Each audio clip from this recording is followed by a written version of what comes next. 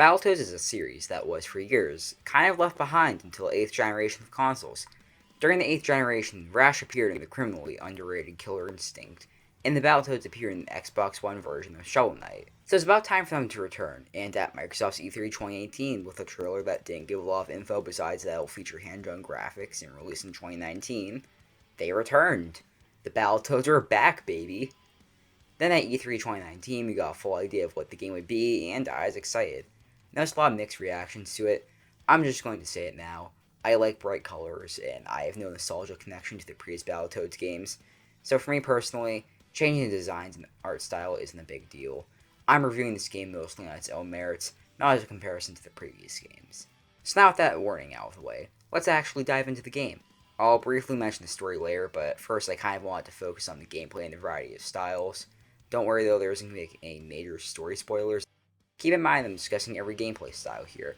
Previous Battletoads games had plenty of variety to shake things up, and the new one is no exception.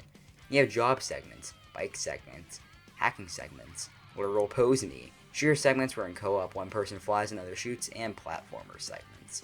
This brings me to my first compliment, but also gripe with the game.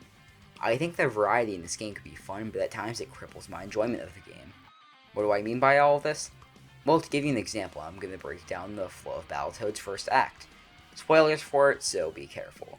The act starts off with the tutorial beam-up stage, and as you can imagine for a tutorial stage, it's pretty simple and easy. Beam-up gameplay of this game is tight. You can have up to 3 players, and every character has their own moves, whereas as you can imagine, all 3 characters are Rash, Sits, and Pimple. The combos in the game are simple, using only 3 buttons, but they feel tight. You can also dash around, stick enemies with gum, or use your tongue. Overall, the beam-up gameplay feels great here. Then the next level is this brief section where you do jobs. It's fine, it serves a story purpose to show how the Battletoads have fallen, so I gave it a pass. Plus, if it's short, at least it's short and not super painful. Then you're doing a turbo bike section. I really enjoyed this section at first. The turbo bike sections are now behind the camera views with obstacles coming at you. You can move side to side, dash, and jump, which is really all this moveset needs, and it feels good. Level isn't insanely difficult at first, unless you're like me who kept screwing up, but it keeps going on for way too long. It serves a story purpose for going on for a while, but at the same time I think they could have trimmed it down a little bit more. Halfway through the stage, I was just waiting for it to end, and whenever I thought it would end, it never did. I just started to accept, maybe this is my personal hell, being stuck playing Battletoads forever. Next stage, we're back to the fun and enjoyable beam-up action. It also introduces puzzles, and Battletoads has puzzles technically, but they're not really difficult or fun. The puzzles are just pressing buttons until electricity can pass. Puzzles mostly serve as a way to change up the beam-up gameplay. It has good intentions because of that, but the puzzles are boring to the point where they feel like filler or padding, and just because something has good intentions doesn't mean it gets a free pass. The game also introduces these hooks that you swing onto to go between the foreground and the background, and they're a pretty fun gimmick, and overall make a good addition to your moveset. But then the game nosedives in quality with the next stage, which is the beam-up section, which is exactly what I want. Maybe saying, FuseFall, if you want a beam-up section, how can one be bad? Well, in my playthrough, this was a massive difficulty spike.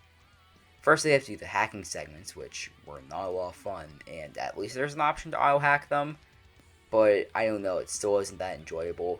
Just because it can auto-complete for me doesn't mean it gets a free pass. And the game has this liquid that can get electrocuted by these enemies. The solution is to kill those enemies first, right? Well, yeah, except that the other enemies will be shooting you, so you have one person take down one group, while the other person goes to take down the other group of enemies, right? Well, I guess you could try that, but odds are you'll still be taking a ton of damage from either type of enemy. I think there's a difference between being difficult to force the player to master the combat system, and just throwing way too many flashy enemies on screen, because it'll look radical in the promotions. The rest of the game masters this pretty well, but this one level doesn't understand this concept at all. It's by far the most frustrating stage in the entire game. I can't imagine how difficult it is to be playing solo or on the hardest difficulty. In fact, this level nearly made me want to quit the game, because I was having not a lot of fun. After you do Toad Shambo, which is a quick rock, paper, scissors minigame.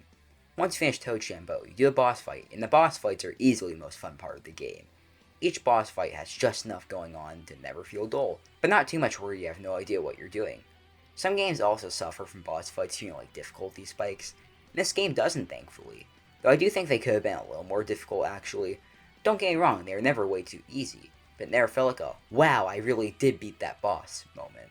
It just felt like, oh cool, on to the next cutscene. I broke down Act 1 in such great detail, because the game mostly follows this format. Battletoads is a lot of throwing things on a wall and seeing what sticks. Like I mentioned earlier, they do a lot of weird stuff such as pose me and also sheer segments. Sometimes this game is a platformer. Because of that, it honestly creates a mixed bag for me. For better or for worse, this is a new Battletoads. I kind of just wish it was a more focused experience. I think sticking with only the beat 'em up turbo bike and the platformer segments would be best. They felt the most polished to me personally. I think this game is buggy at least, both the beat 'em up turbo bike and platformer segments, they felt the most well designed. Sure, the other games have plenty of variety, but I think Battletoads 2020 should have been focused on what works best. It isn't a bad game, but it's in no way a great game. Well, I'll admit though, the game does have two massive charming factors that make it worth playing or watching a Let's Play of. The first charming factor is the humor.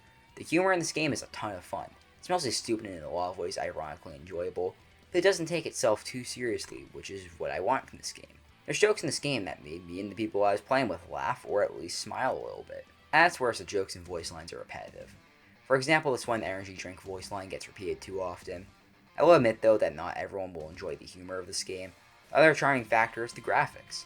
I really like how expressive the animation is and how bright the colors are. For example, sometimes the faces the Battletoads make are hilarious and insanely expressive. Yet some people wish we didn't get a cartoony art style, but considering this game feels like it's a Saturday morning cartoon, it feels right at home with this art style. Since I never talk about the story, how is it? It's forgettable. Everything kind of just happens. I'm not going to spoil the story or even describe it since it's not really worth talking about. Like I said previously, things kind of just happen. Sometimes it's at an incomprehensible pace. It's just like, oh, okay, we're here at this place now. Mostly feels like an excuse for every gameplay segment that happens, like, oh hey, we're in space. Shooter time. Overall, the ending is predictable. Go watch the trailer announcing the release date. Now use that trailer to make predictions.